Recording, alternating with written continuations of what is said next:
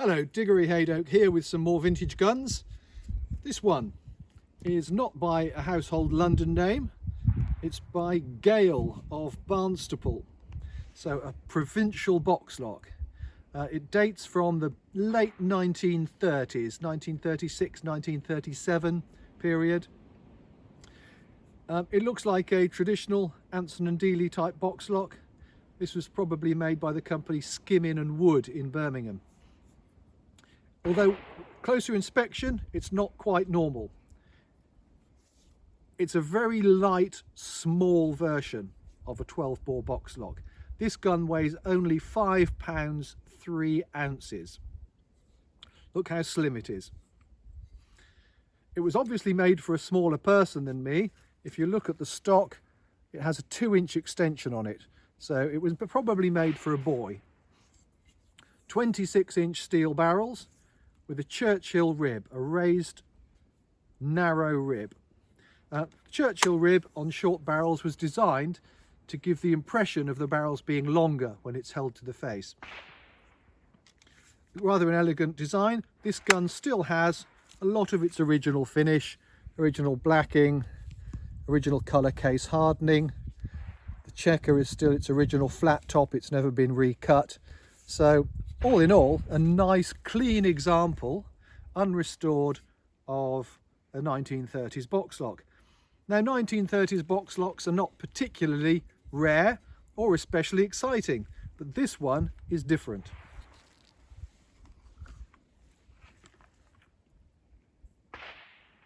It takes a 2-inch cartridge. The standard English chambering is 2.5 inches at this period for a game gun. This gun fires a much smaller cartridge, 55mm case length, 2 inches in imperial terms. Rolled turnover, the traditional type of turnover with an overshot card. Now, the idea of the 2-inch cartridge, which really started its life with the Pygmy by Charles Lancaster in the late 1800s, this became fashionable again in the 1920s and 30s. Companies like Charles Hellis in particular pushing it.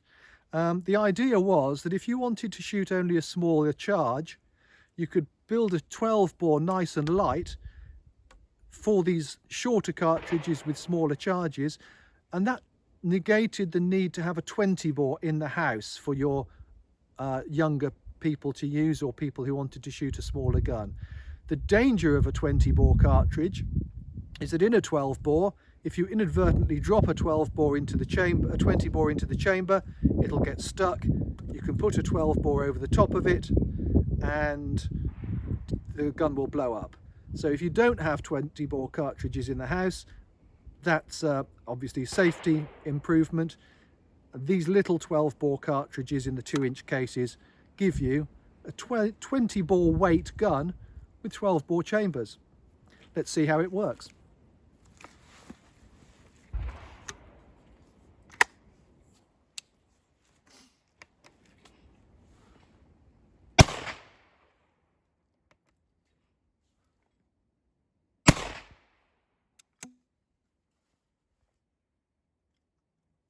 That's actually quite punchy. Those little cartridges in a very light gun like this still pack quite a whack. It's